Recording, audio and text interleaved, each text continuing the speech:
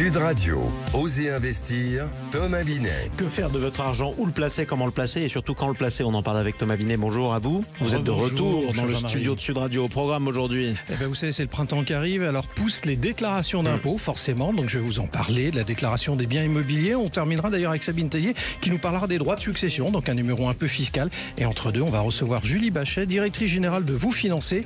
Où en sont les crédits à l'heure actuelle? Exactement. Tout de suite, c'est parti.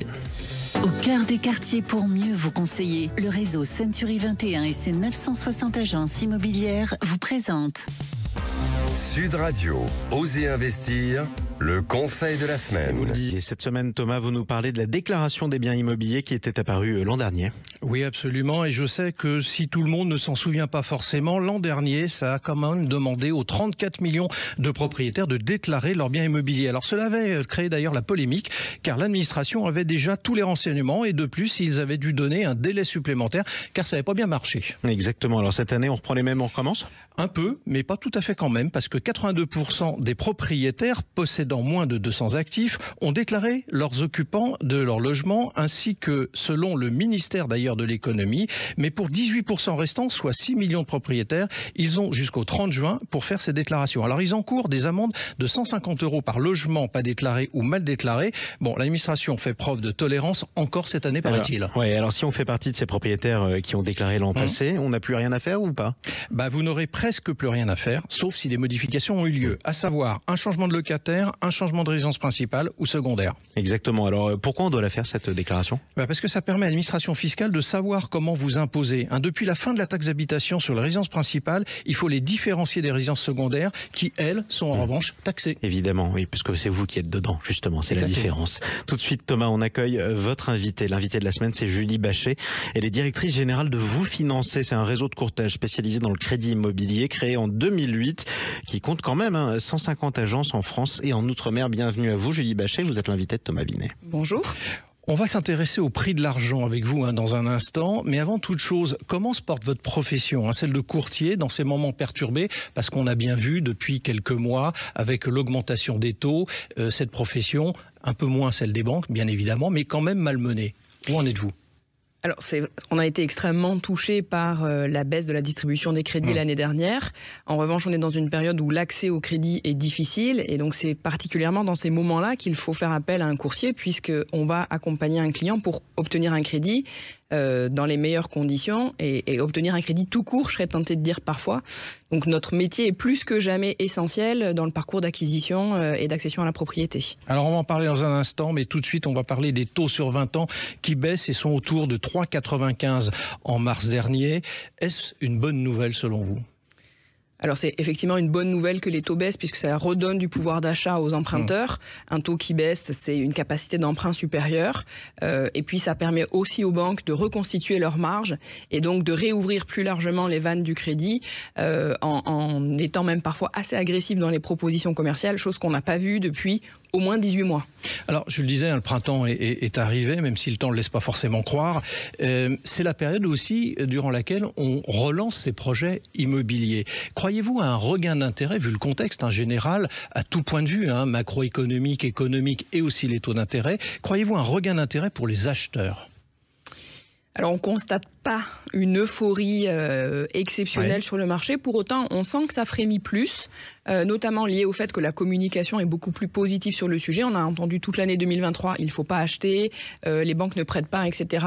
Et là, les communications reviennent et confirment aux candidats à l'accession, ceux qui ont un projet, que c'est quand même le moment de retourner visiter, puisqu'il y a des biens à vendre et des banques qui prêtent. Oui, d'autant plus, pardon Julie Bachet, qu'en 2023, les chiffres n'ont pas été si catastrophiques que ça au niveau des ventes. Alors, au niveau des ventes, non, sur 12 mois glissants, voilà. C'est quand même une baisse. Mais bon. C'est une baisse qui n'est pas complètement neutre. Ce qu'on constate, c'est qu'il y a eu moins de crédits. La baisse du nombre de crédits était beaucoup plus importante que la baisse du nombre de ventes, puisque les Français ont beaucoup tapé dans leur épargne pour réaliser leurs achats, beaucoup plus de paiements comptants et une augmentation importante du niveau d'apport pour ceux qui ont eu recours au crédit quand même. Donc, il y a eu beaucoup de projets qui ne se sont pas faits, qui ont été reportés. Et c'est effectivement le moment, probablement, de retourner, rencontrer son agent immobilier, son constructeur, son promoteur, et de relancer son projet. Alors, justement, c'est intéressant. On est au printemps, je commençais à le dire tout à l'heure. Les gens vont commencer peut-être à se poser des questions. C'est, faut-il acheter maintenant? Est-ce qu'il vaut mieux attendre un petit peu? Est-ce que les taux vont continuer à baisser? Bon, qu'est-ce que vous pouvez leur conseiller sur le sujet? Alors, vous allez peut-être nous dire, faut acheter tout de suite, mais objectivement, est-ce que le train de la baisse des taux est engagé?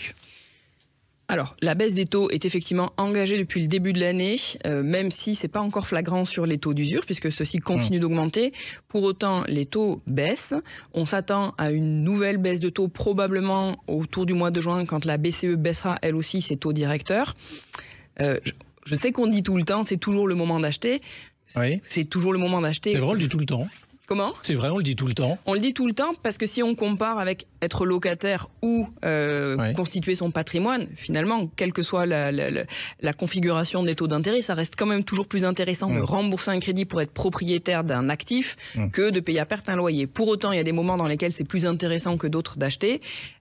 Quand les taux baissent, ça redonne de la capacité d'emprunt. Attention, quand les taux vont vraiment baisser, les négociations sur les biens immobiliers seront moins faciles et donc vous risquez d'acheter un bien potentiellement plus cher. Ça, c'est intéressant ce que vous dites. Ça veut dire qu'on règle un problème et quelque part, le règlement de ce problème en génère probablement un petit peu un autre. En tout cas, ça ne peut pas jouer sur les deux. C'est comme ça qu'on le constate parce que c'est quand même toujours un sujet d'offre et de demande. Les taux ont été extrêmement bas à un moment donné où les prix immobiliers, eux, étaient très élevés.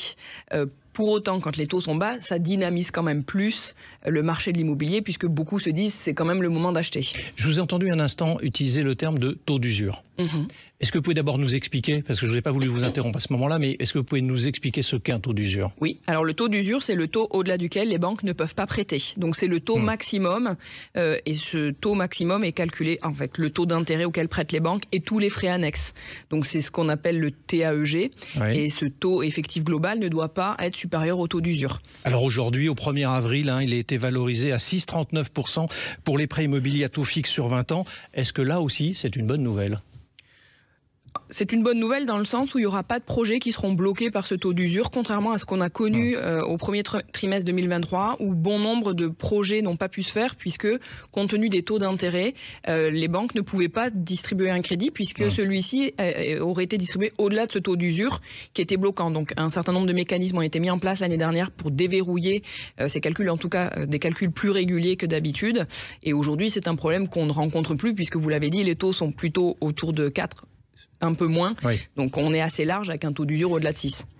Julie Bachet, ceux qui ont fait des crédits l'année dernière en haut de la vague, est-ce qu'ils ont intérêt, dans les mois à venir, à renégocier ? Alors ça va vraiment être du cas par cas. Ce qu'on peut donner comme comme indicateur majeur, c'est il faut qu'il y ait quand même un écart de taux suffisant pour que ça vaille le coup de renégocier. C'est combien à peu près qu'il faut avoir ? Je dirais autour de 1% pour que ça vaille le coup. D'autant plus qu'on dit renégocier un petit peu globalement. Dans la majorité des cas, c'est pas une renégociation avec sa banque, c'est un rachat de crédit par une autre banque. Donc ça veut dire qu'il va y avoir de nouveaux coûts, des nouveaux frais de dossier, des nouveaux frais de garantie. Donc il faut qu'il y ait un écart suffisamment important pour que ça permette de compenser ces coûts additionnels. Et quand même de gagner de l'argent, sinon ça vaut pas la peine de le faire. Merci à vous. Merci à vous. Et je rappelle, Julie Bachet, que vous êtes la directrice générale de Vous Financer. Merci d'être passée dans le studio d'Oser Investir. Intergestion REM, spécialiste de l'épargne en SCPI depuis plus de 30 ans, présente Sud Radio, Oser Investir, le coin de l'expert. Et de l'experte ce matin, Thomas, puisqu'on est avec Sabine Tellier, notre consultante en gestion de patrimoine, associée gérante chez Berger et Associés. On va parler avec Sabine de droits de succession, Thomas. Oui, on va même parler d'ailleurs de l'optimisation des droits de succession de son vivant. Sabine, pouvez-vous nous rappeler dans quelle mesure les héritages peuvent être taxés ? Voilà, c'est le sujet du jour. Bonjour. Eh bien, les héritages peuvent être taxés jusqu'à 45% pour les enfants et 60% pour les autres héritiers.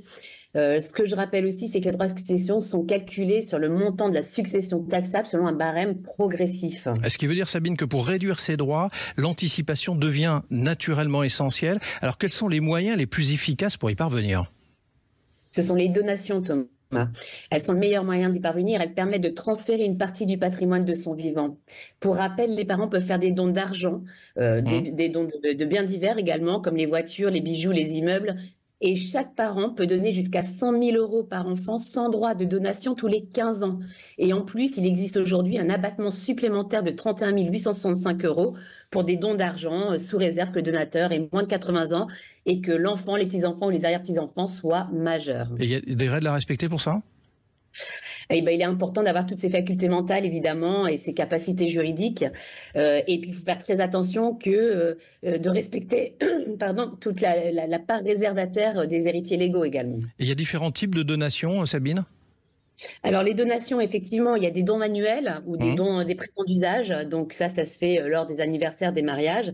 Ce sont 2 types de dons qui n'existent pas d'acte notarié, donc c'est assez simple. Mais la valeur doit être proportionnelle quand même aux moyens du donateur. Et ensuite, on a d'autres dons comme les dons par acte notarié pour des donations immobilières, des dons d'entreprise, des donations entre époux aussi. Et ce que je préconise, c'est les donations partage, car en fait, ça répartit bien les biens entre les héritiers de son vivant, car elle fiche bien la valeur au moment de la donation et pas au moment de la succession. Donc, mais ces dons-là nécessitent forcément l'intervention d'un notaire. Et dernière question, est-ce qu'on peut révoquer une donation ? Alors, normalement, non, c'est irrévocable. Mais en fait, il existe quand même des exceptions, comme par exemple l'arrivée d'un enfant, l'ingratitude du bénéficiaire ou l'inexécution des charges, quand par exemple les bénéficiaires n'entretiennent pas un logement en fait donné. Mais ces annulations, elles sont validées forcément par l'intervention d'un tribunal qui apprécie la situation au cas par cas. Bon, allez, en conclusion, on peut dire quand même que les donations permettent de réduire, Sabine, le patrimoine à transmettre au moment du décès, bénéficiant ainsi d'avantages fiscaux et d'abattements. On est d'accord ? Exactement. Et merci à vous. Faut penser. Et merci à vous, Sabine Tellier. Merci à vous également, Thomas Binet. On vous retrouve dimanche prochain à 9h30 pour 2 nouveaux numéros. À bientôt. Avec plaisir.